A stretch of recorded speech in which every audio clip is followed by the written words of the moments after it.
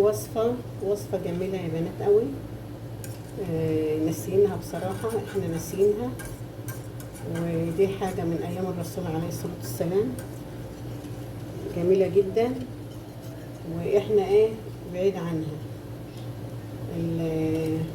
هنا انا جبت كوب ممسوح من طحين الشعير، القمح اللي هي الحبة الكاملة، طحين الشعير الحبة الكاملة.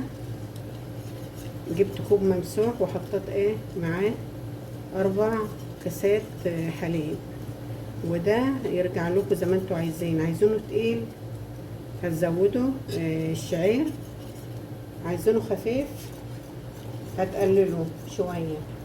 هو يعني هيبقى بسمك الشوفون كده بنعمله برضو، او المهلبية، يعني على حسب ما انتوا عايزين. بس ده ممكن تجيبوه من السوبر ماركت، بيجي اكياس كده جاهزة، وممكن تجيبوه من العطارة وتطحنوه، وفي جميع الأحوال يعني هيبقى حاجة كويسة.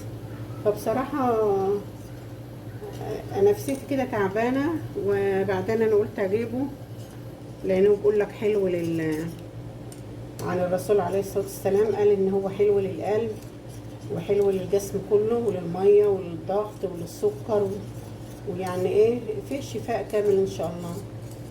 فاحنا قلنا نعملها، انا قلت اجيبه واعمله معاكم، افكركم به، يعني افكركم بالحاجه الجميله دي. ونعمله بقى، نحط عليه بقى عسل، يكون عسل كويس. نحط عليه قرفه عشان هو حلو للسكر، والقرفه حلوه برضو للسكر جدا. وهنعمله كده اهو، ما تغيبش، مجرد ما يغلى يعني غلوه واحده كده، هنشيله ونبرده شويه ونصبه، وهنوريه لكم بقى في الاخر.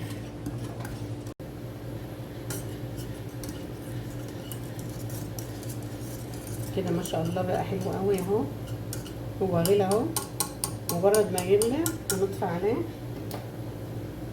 وهو كده خفيف اهو، بس مجرد دقيقتين 2، يعني مجرد ما نبرده بس شويه هيبقى هيبقى رابط شويه عن كده. بصراحه انا بحب قوي الحاجات اللي هي الطبيعيه، والحاجه اللي برضو فيها شفا شويه احسن من الادويه طبعا بحب انا الحاجات الطبيعيه دي، وبحب قوي بميل انا للحاجات النبويه عن الرسول عليه الصلاه والسلام. انا بميل قوي للحاجات دي. كده خلاص غلى كله يا بنات، كده بطفي النار واشيله بقى يبرد، ونصبه يبرد شويه ونصبه، ونحط بقى عليه قرفه، ونحط العسل بس ما يبرد شويه. انا حطيت شويه فانيليا بس، ما فيهوش اي حاجه غير الحليب. ممكن نحط نص حليب ونص ميه، وهنا السعوديين بيعملوه بلبن اللي هو اللبن الرايب، وممكن نحط لبن رايب على حليب ونضربه جدا ونقلبه ونسويه برضو فيه، على حسب ما انتوا عايزينه وحسب ما تحبوا يعني.